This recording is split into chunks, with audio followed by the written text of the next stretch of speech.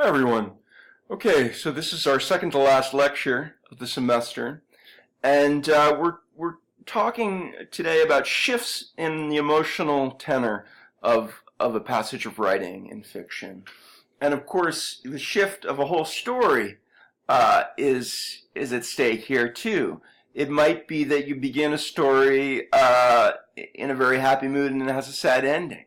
It might be that you begin a story with a sad or challenged character, and there's some level of resolution by the end.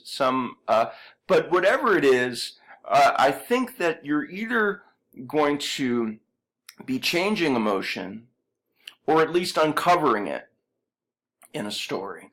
I can't imagine it not changing.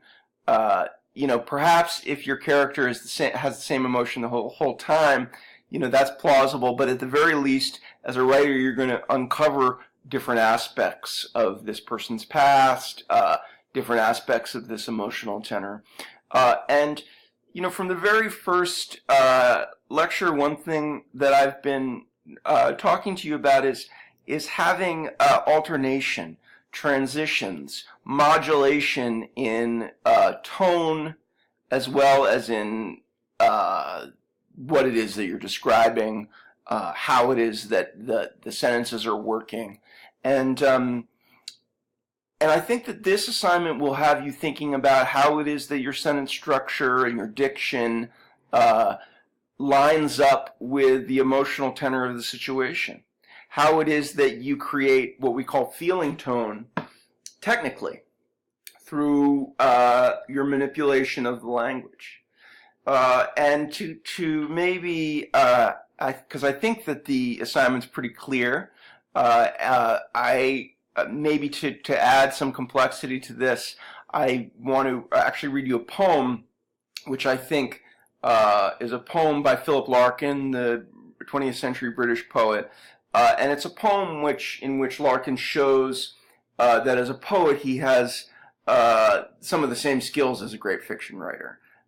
It's not a big, mysterious, symbolical poem. It's one that it has intruded on the territory of the fiction writer or the nonfiction writer. So you don't have to worry that it is some cryptic meaning to uncover. I think it's the kind of thing that's very helpful for prose writers, is to read good poetry and vice versa. This poem is spoken. It takes place in the 60s. It's spoken by a somewhat disappointed older man who has seen the sexual revolution of the 60s go on without him. And he begins in one mood, cranky, cynical, somewhat of a dirty old man.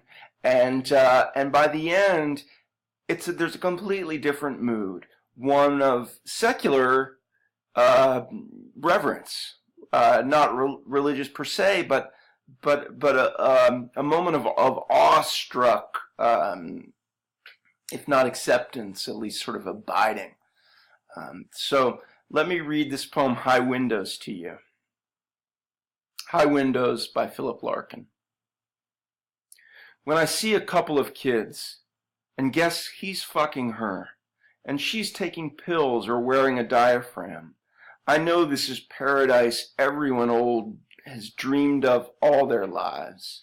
Bonds and gestures pushed to one side like an outdated combine harvester.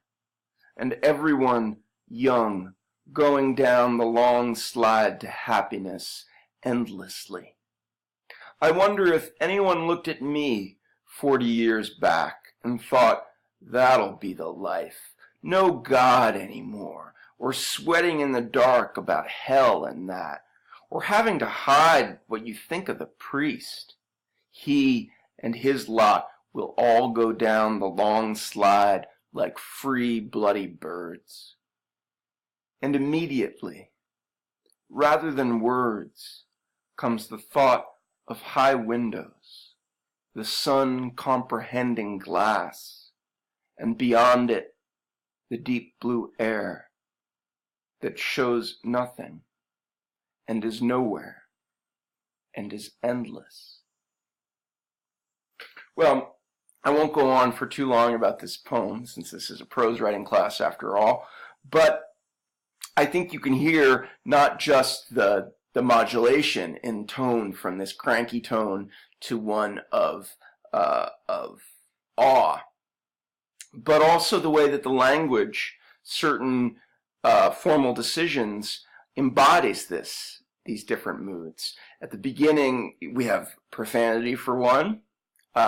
We have offhand kind of diction when I see a couple of kids. That sounds completely demotic or spoken, idiomatic, something someone would say. By the end, we have this sort of incantatory repetition. End is nowhere. End is endless. This almost liturgical sentence structure. There's a lot else that happens here, and I won't belabor it except to say I think you're going to find, even if you're not thinking about it, and some of these things we know subconsciously, you're going to find that your sentence structure and your diction change as the emotion changes in your piece. I'm also going to paste into the course resources Plutchnik's schema, which is something from the social sciences, I think, that was devised in the 50s or 60s, which is a color wheel showing different emotions.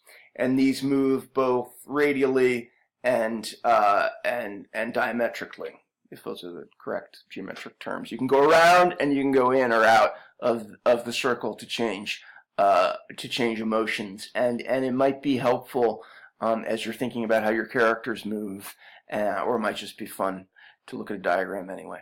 All right, enjoy.